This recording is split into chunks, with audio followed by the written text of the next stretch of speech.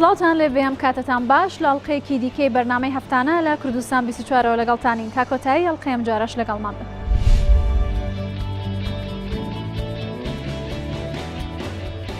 خولێکی یاری فۆلکلۆری مشتەزەڕە بۆ چەند شارۆچکێکی گەرمیان دەکرێتەوە و گەنجانی ناوچەکە پێیان وایە ئەم کارە بەشێکە لە پاراستنی فۆلکلۆری کوردی کۆن.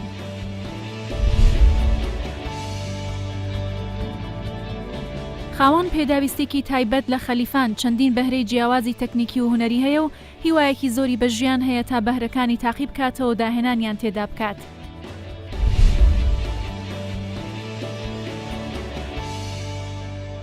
کچێکی کۆری لە سنتەری قەزای سمێڵ لە قوتابخانەیەکی ئامادەی زمانی کوردی دەخوێنێت.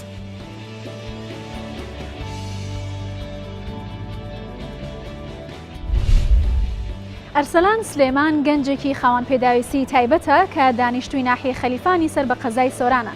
ئەو خاوەن چەندین بەهرەی تایبەتە لەوانە خۆشنووسی و نیگارکێشان و تا ئێستا 15 پێشانگای تایبەتی خۆی کردوتەوە.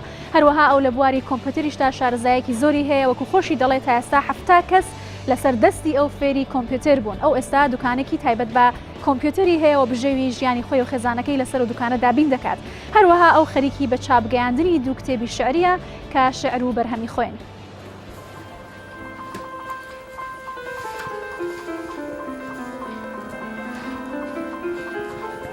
من وەک کەسێکی خاوەن پێداویست تایبەت هونەرمەندی شێوەکارم دەستی نیگار چێشیم هەیە و لە خۆشنووسی شارەزایم هەیە لە شاعر نووسین شارەزایم هەیە. کتێبێکشم لە بەردەستە بیرەوەریەکانی باوکم بە شێوەی ڕۆمان. من لە ساڵی 1986 توش بووم بە نەخۆشی ڕۆماتیزم. بە مروری زەمان بووە هۆی پەککەوتنم و کەمەندامیم. ئێستا من خێزاندارم و دوو کوڕم هەیە. خێزانەکەشم هەر خاوەن پێداویست تایبەتە لە تەمەنی 2 ساڵی بە فڕۆکە جەنجەکانی ڕژێمی باس قاچێکی پەڕیە و لە دەستی داوە. بە حکمی ئەوەی کە کەوتمە سەر جێگا و نەخۆش کەوتم ئیتر دەبوو شتێک هەبێت کە خۆمی پێوە سەرقال بکەم. سەرەتا باوکم هەولیدا فێری نووسین و خوێندنەوەی کوردیم بکە کە کردی هاوکاری کردم. تر دوای ئەوە بە خولیای نیگار چێشم هەبوو ڕسم چێشان. بەشداری چەندەها خول و وەرکشۆپ و شتی تریشم کردووە کە بڕوانامەم تێیدا بەدەستێناوە. بە حکمیەوەی کە من کەسێکی ئەکادمی نیم. من زیاتر لە چێ و تەلان و لەناو دەنجی تۆپ و تیارە و لە کونجی ماڵ و ئەوانە گەورە بووم و پێگەیشتم. کەسێک نیم بمتوانی بێت لە پەیمانگایەک پێ بگەم. شێوەی نیگار چێشیم ڕەسمەکانم تابلۆکانم هەمویان هەڵقوڵاوی ناخی خۆمە. تابلۆکانم گزارشتەکانیان هەمە جۆرە ڕەنگە تێیدا بێکە لەسەر ئەو زوڵم و زۆرداریانەی کە ڕژێمی باسی ڕووخاو دەرحەق بە میلەتی کوردی ئەکرد و هەندێکیان دەربارەی ژیانی ڕۆژانەی خەڵکە زیاتریش زۆر جار ئەوە دووبارە بێتەوە کە لەسەر ژیانی خاوەن پێداویست تایبەتیەکانە کاوە لە خۆمدا ڕەنگەداتەوە زیاتر. ئەمە ئەوەش بڵێم کە لە ئێستادا نامیلکەیەکی شعریم لە بەردەستە تەنها چەند وردەکاریەکی کەم و بەرگەکەی ماوەڕێکی بخەم.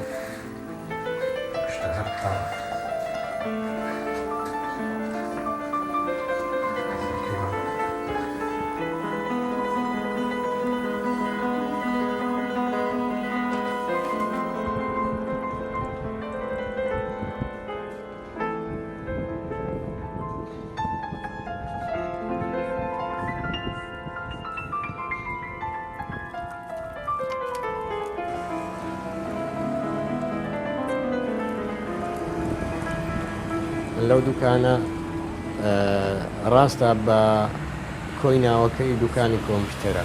ئەگەر سەیری دوکانەکەمان بکە ئێمە شتێکمان نییە بۆی بیفرۆشین. هیچ شتێک نافرۆشین دەستکەوتی ئێمە لێرە تەنها ئەوێ کەسانێک دێن نووسراوێکیان ئەوێ ڕاپۆرتێکیان ئەوێ تا ئێستا 70 کەس بڕوانامەی کۆمپیوتەری لە لای من وەرگرتەوە بە دەستی هێناوە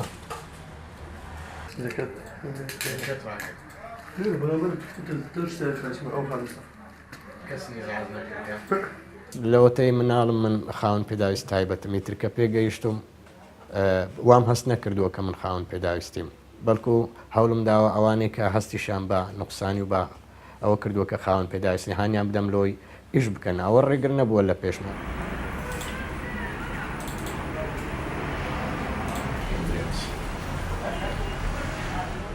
پرۆژەی من ئەوێ ئەو شارانەی لە بەردەستمە بتوانم ئەگەر تەواوی کەم بیدەم لە چاپ و دوای ئەوەش کتێبێکی زۆر زۆر مهم لە بەردەستی منەکە بیرەوەریەکانی باوکمە لە بەشی یەکەم لە بەشی دووەم بیرەوەریەکانی خۆماوەی کە بەپێی تەمەنی من لە بەرچاوی من کە ڕووی داوە ئەگەر خۆشیە یان ناخۆشیە هەموو ئەوانەی کە زۆر گرنگن بکەونە بەردیدی خەڵکی خوێندەوار.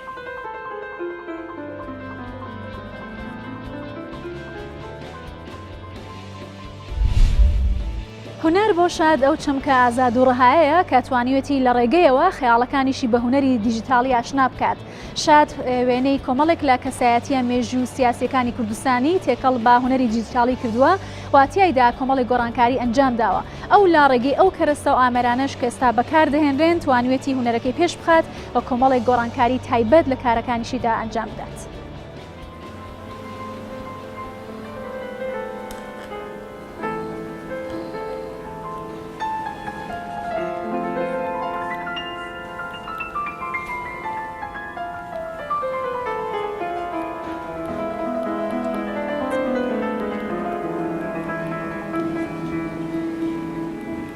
من شاد کامەران دەرچووی پێمانگەی هونەرە جوانەکان و پاشان چوومە کۆلێژ هونەرە جوانەکان بەشی گرافیک دیزاینم تەواو کردووە. سەرەتا هەر لە مناڵیەوە زیاتر خولیای ڕسم و وێنە کێشان بووموانە.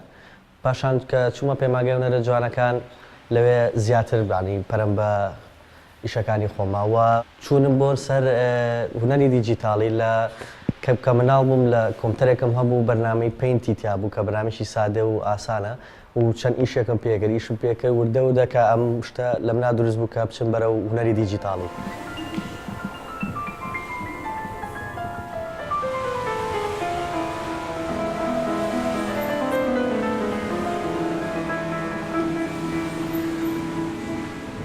لە پێشە ئیشەکان سادە بوو تەنها ئەمیز بینینێکی خۆم بوون منە بەم پرۆگرام ئەلکترۆنیە ینی پیشان بەم ئیشەکان زیاتر تعبیری بوون. وردە کە شارەزابیت لە پرۆگرامەکانە توانین ئەوەی کە لە مێشکتە زیاتر بە جوانتر پیشانی بێ زیاتر بیگەینی ببینەر.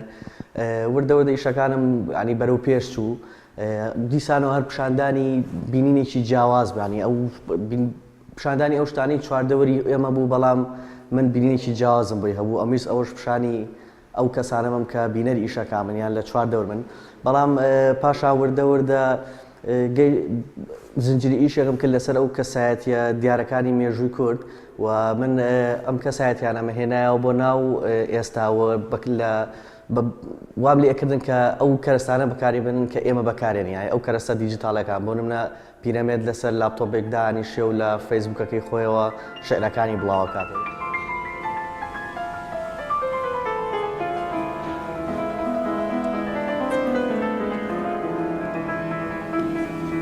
ئیشەکان چووکە بە ئامێنیشی ئەلکترۆنیە کرێ و منیش لە سۆشیال میدیایە پیشانیم و مەبەستی کتابێتی شمێکە لە سۆشیال میدیایە پیشانیم یەکەمەوەی کە کۆنسێپتی ئیشەکان نزیکە لە بەکارهێنانی سۆشیال میدیا و ئامێنە ئەلکترۆنیەکانەوە و هەروەها لە ڕێگەی سۆشیال میدیاوە زیاتر بەرخەڵکەکەوە و گەنج زیاتری بینێ.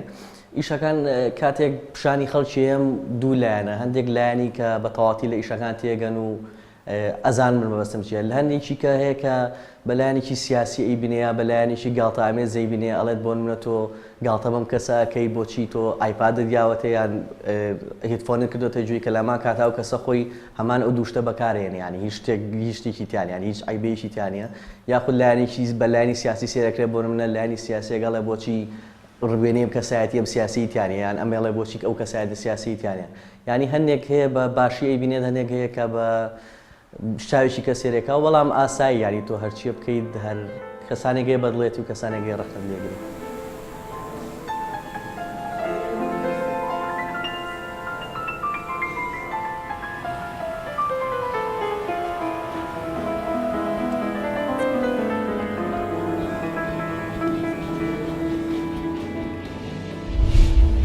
کچێکی خەڵکی کۆریای باشوور بە ناوی ئاستەر چینسۆن کە بۆ ماوەیەکە لە هەرێمی کوردستان لەگەڵ باوکیدا دەژیت یەکێک لە قوتابخانەکانی ئامادەیی لە سنتەری قەزای سێمەل دەخوێنێت. ئەو زۆر حەزی لە فێربوونی زمانی کوردی و هەروەها کولتوری کوردانە. ئەو ئێستا لە پۆلی 11 ئامادە دەخوێنێت و هەروەها جگە لە زمانی کوردی چەند زمانێکی دیکەش فێر بووە.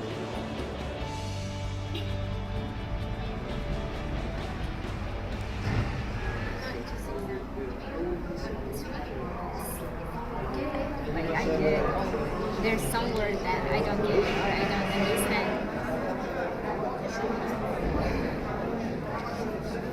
نام أستر جينسون از 4 ساله از کردستان میجیم و از صف 11 زانستیه از زمان کردی و عربی فردم پشت صف 12 از درچما یعنی medical school. I want to go to medical school.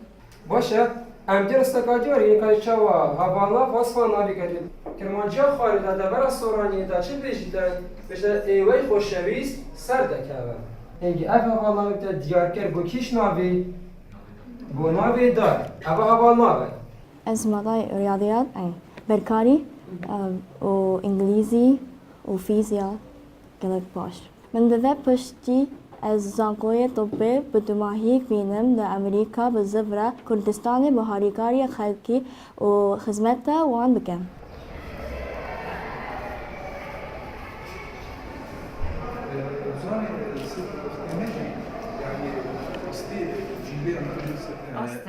آستر جینسون نسبتي عم بيجن روشتي خدان روشتكي برزة دانستاندنا ويلقى قطابية قالكي قطابية كا عم بيجن راحتها منا هر وصا في قطابية بيجيرا رين ما يجير دايب سيستم قطاب خانة وجهدارة بوترين ما وكو كارجيري يعني أمشي بيجن نمونا قطابية يا القطاب خانة ما نسبتي آستوي جي زانستي همي بابت آستوي برزة وباشا نقص من زمان كردي. هوا ناوی هنی وصف ناوی کردن جنابی کردن چه وصف کاری نتمامی کرد. اگر ناوی تنیر شی بیتیاش ناوی کمی بیتن مبتن یک امراضی دانه پاپتنه یا باشه. We are studying Arabic and like it's good, so good. No, I mean like.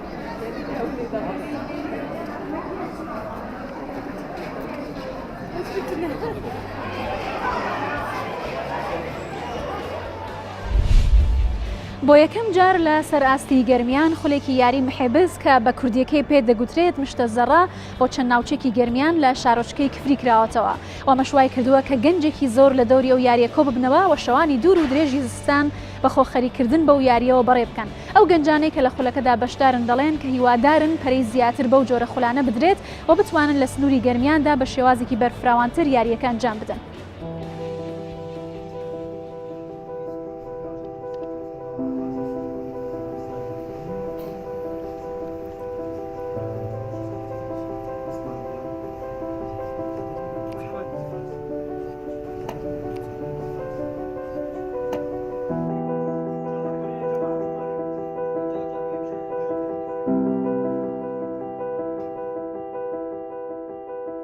ئێمە وەکو مەجموعەیەک برادەر هەڵسان بکردنەوەی ئەم خولە بە هاوکاری ڕێکخراوی ئەڵمانی ئەم جێگەی بەدام بۆمان دابین کردە و سەرجەم پێداویستەکانشی زۆر سپاسیان دەکەین.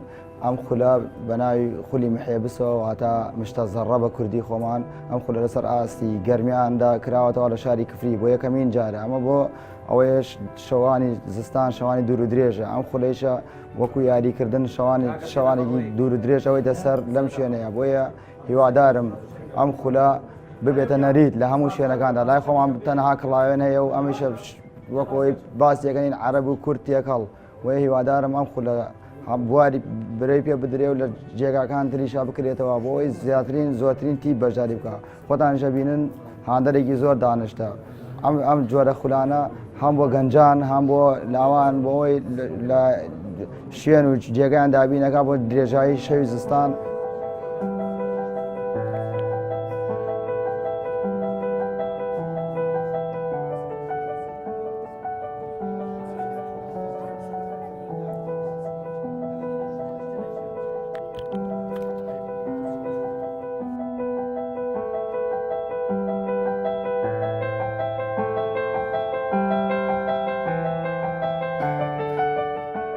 یاریەکی فەرهەنگی کورتولی کۆمەڵایەتیە هیوادارم ساڵانی داهاتوش برەوی پێ بدرێت ئەم یاریە لە کۆندا زیاتر لە ماڵەکان نبووە ئێستاکە ئێمە لە ماڵەکان هێنامان دەرەوە هاتوین لە شوێنی ڕۆشنبیری یاریەکەین هۆڵێکی زۆر گەورەیە جمهورێکی زۆر هاتووە هیوادارم ساڵانی داهاتوش برەوی پێ بدرێت.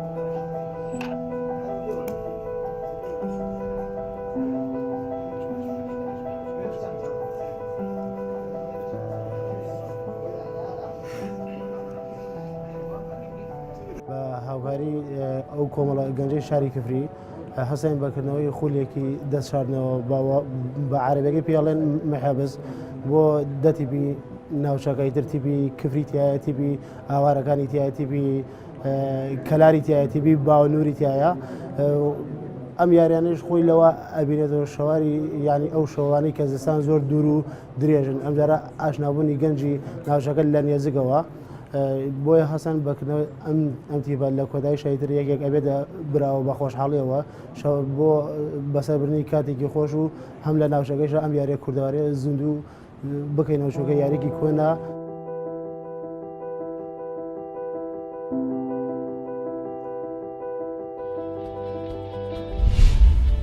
بە دروشمی با منداڵەکانمان لە سەرمای زستان بپارێزین کۆمەڵێک گەنجی خۆبەخشی شارە زوور هەستاون بە فەشکردنی ئەو کورسیانەی کە لە قوتابخانەکاندا هەیە ئەوان سەرەتا لە خوێندنگە سەرەتاییەکانەوە دەستیان پێکردووە و پلانیان هەیە کە سەرجەم قوتابخانەکانی دیکەش لە پرۆژەکەیاندا بەشدار پێ بکەن و بتوانن یارمەتی منداڵان لە وەرزی سەرمادا بدەن ئەرکی ئەو کارە و هەروەها تێچووی ئەو کارەش لە ئەستۆی خۆیان.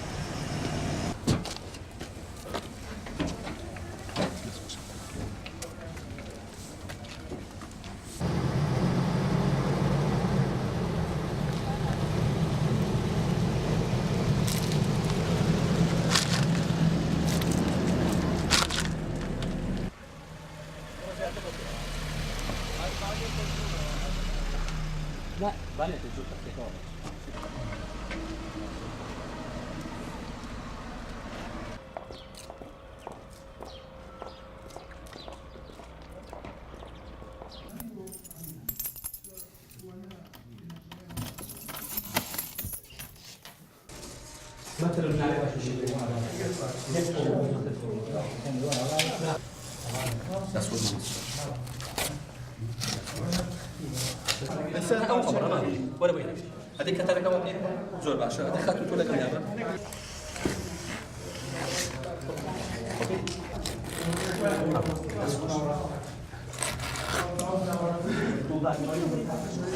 شو تدري كاش شو زور شو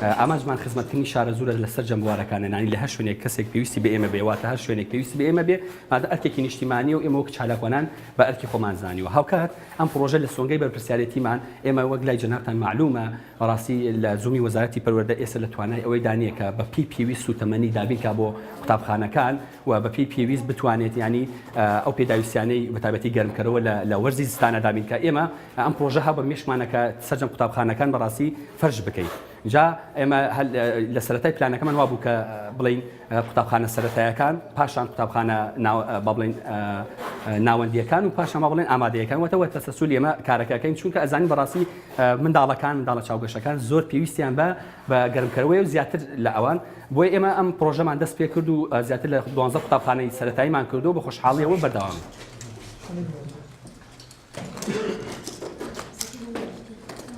ئەو فەرشی کە ئێمە تا ئێستا بەکارمانهێنەوە زیاتر لە 500 مەتر فەرشمان بەکارهێناوە لەم پرۆژەیە تا ئێستا 12 قوتابخانەمان کردووە لە سەرەتایی تا ئامادەی باتە بە پێی پێداویستی قوتابخانەکە کە زۆرترین پێویستی هەبووە.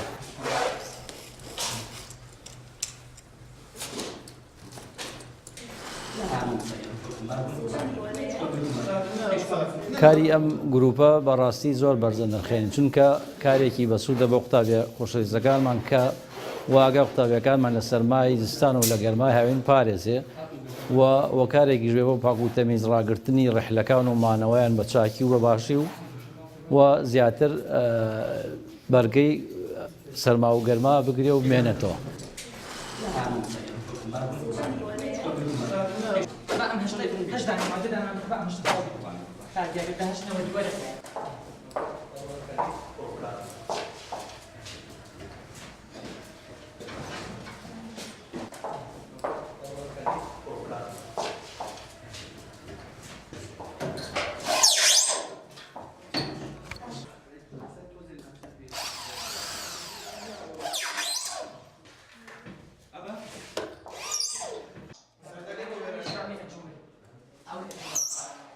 ئێمە کۆمەڵک چالاکوانین خۆبەخشین لە هەمان کاتە هەستاین بەکردیم کارە دابینکردنی فەرش لە گیرفانی خۆمانەوە بەڵام بەبڕێکی کەم خێرخوازانی هاوکاریان کردین ئێمە سوپاسیان نەگەین بە هیوای خێرخوازان بەردەوام بن لە هاوکاریەکانیان بۆی هیچ مەکتەبێک نەمێنێ لە قەزای شارەزور کە بێفەرش بن ئێمە پرۆژەیمان کردو بۆی مناڵەکانی قەزای شارەزور سەرمایان نەبێت.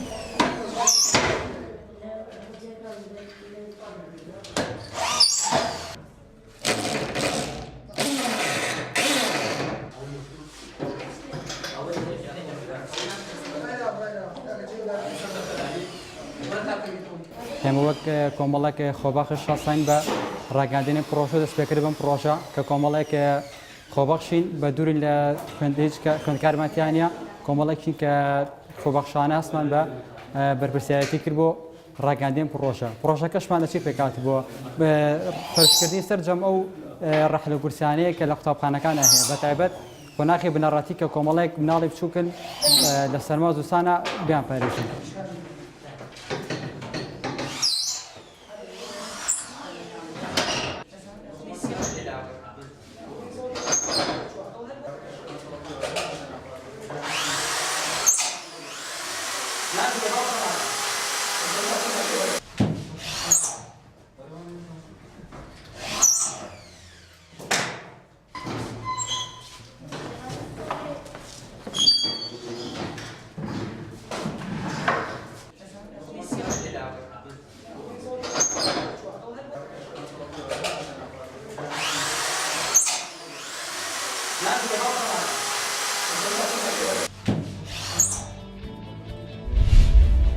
لە ماوەی ڕابردوودا بینەر و بیسەری بەرنامەی هەفتانە بوون لە کوردستان 24ەوە تا پێگەیشتنەوەیکی تر هەر شاد و بەختەوەر بن.